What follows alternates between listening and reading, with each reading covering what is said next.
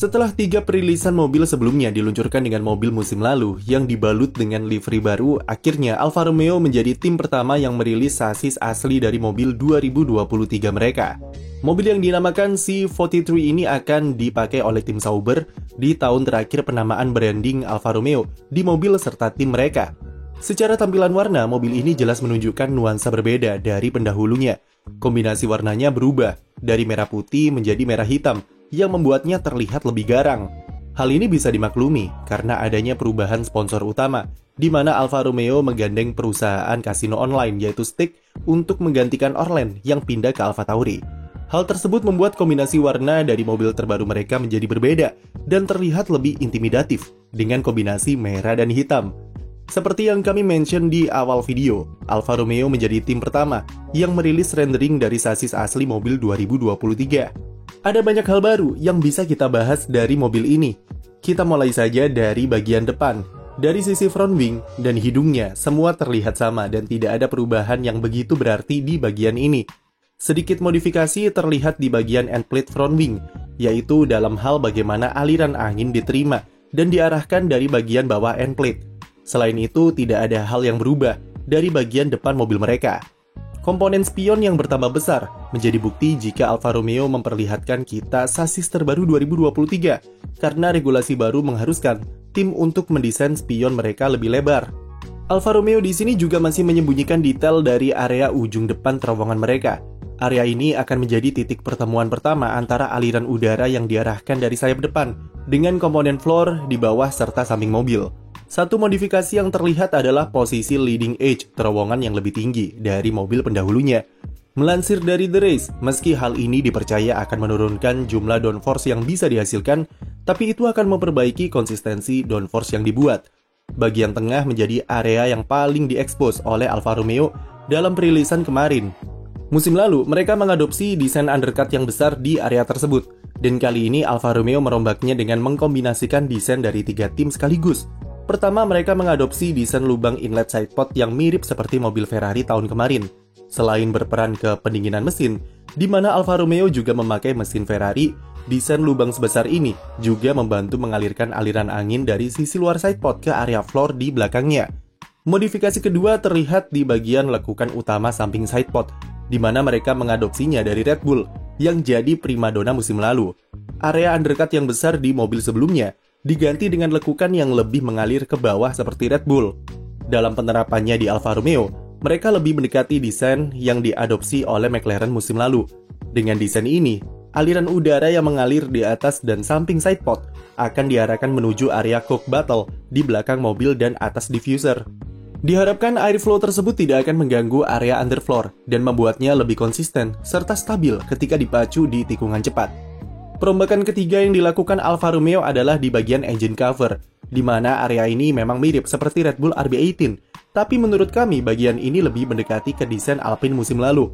Selain memberikan efek undercut untuk mempercepat aliran downwash dari sidepod, desain ini juga punya pengaruh besar terhadap pendinginan mesin. Alfa Romeo terlihat sangat memaksimalkan sistem pendinginan aerodinamika di mobil mereka, dengan memasang low free exit radiator di semua sisi atas sidepod dan engine cover. Alfa Romeo harus pintar-pintar dalam mengatur airflow di sekitaran jalur exit radiator tersebut karena aliran udaranya bersifat negatif dan bisa mempengaruhi performa sayap belakang serta beam wing. Selain sidepod, perubahan mencolok juga terlihat di area floor. Selain tingginya yang bertambah 15 mm, daerah pinggir floor juga nampak sangat berbeda dengan desain yang bisa dibilang cukup ekstrim. Jika diperhatikan secara detail, floor tersebut nampak dibuat banyak potongan-potongan kecil, di mana setiap potongannya membentuk seperti flap atau sayap kecil aerodinamika. Desain agresif semacam ini seharusnya bisa membuat floor bekerja lebih keras dan membantu mengembalikan performa downforce yang hilang karena perubahan regulasi tinggi floor. Kami masih ragu, apakah Alfa Romeo benar-benar serius dengan memakai desain gila seperti demikian. Desain semacam itu akan menimbulkan kontroversi di grid dan FIA, mungkin akan turun tangan karena pengaruh buruknya terhadap dirty air karena outwash yang ditimbulkannya. Apalagi Alfa Romeo hanya menunjukkannya di mobil rendering dan tidak terlihat memasang floor baru tersebut di mobil asli yang ditunjukkan di acara launching. Jadi tidak ada jaminan jika desain ini akan dipakai di mobil ketika turun di sirkuit. Floor memang akan menjadi battleground dalam pengembangan mobil. Jadi kemungkinan besar desain ini akan berubah-ubah seiring dengan berjalannya musim. Modifikasi lain yang diterapkan di mobil C43 ada di bagian desain airbox atau roll hoop. Musim ini regulasi roll hoop mengalami sedikit perubahan dalam hal tes beban dan tes gesek yang diperkuat setelah insiden Zhou Guanyu di Silverstone tahun lalu. Desain roll hoop Alfa Romeo musim lalu jadi sorotan karena bagian tengahnya yang tipis dan runcing. Akibatnya ketika mobil Zhou terbalik dan terseret ketika insiden Silverstone, bagian roll hoop di mobilnya terkikis habis dan ini sangat berbahaya. Akibatnya Alfa Romeo harus merevisi desain roll hoop mereka.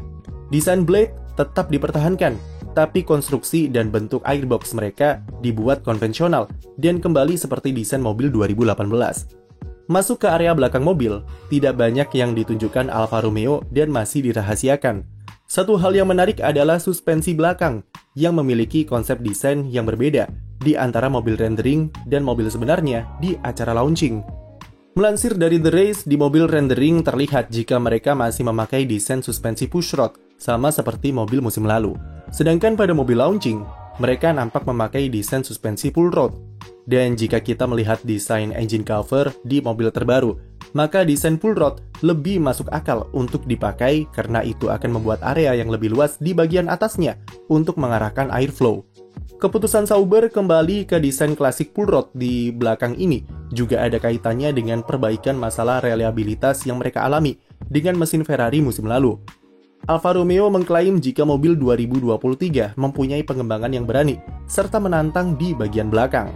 Terbukti dari desain sidepod, engine cover, dan floor yang bisa dikatakan cukup agresif, serta sangat berorientasi pada peningkatan performa. Mereka ingin mengeluarkan semua potensi dari mobil C43 yang tidak bisa dikeluarkan dari mobil versi pendahulunya.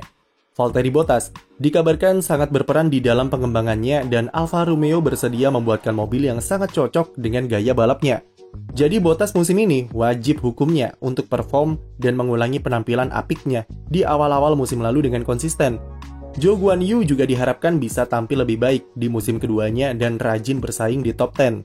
Yang terpenting adalah bagaimana cara Alfa Romeo menjaga development mobil mereka dengan pemberian update yang konsisten serta terstruktur.